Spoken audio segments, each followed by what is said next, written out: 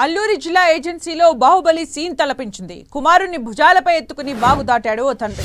కొద్ది రోజులుగా కురుస్తున్న భారీ వర్షాలకు అల్లూరి జిల్లాలో వాగులు వంకలు పొంగిపొర్లుతున్నాయి.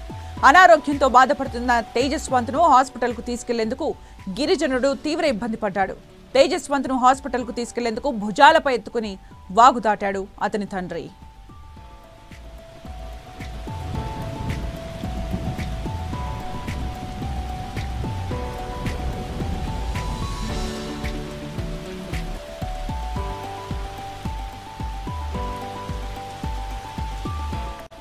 అల్లూరి జిల్లాలో జరిగిన ఒక సంఘటనను మనం 10 టీవీ స్క్రీన్ పైన చూస్తున్నాం. అనారోగ్యంతో బాధపడుతున్న కుమారుణ్ణి వాగులో తన భుజాలపై ఎత్తుకొని తన తండ్రి తీసుకెళ్తున్న దృశ్యాన్ని మనం చూస్తూ ఉన్నాం.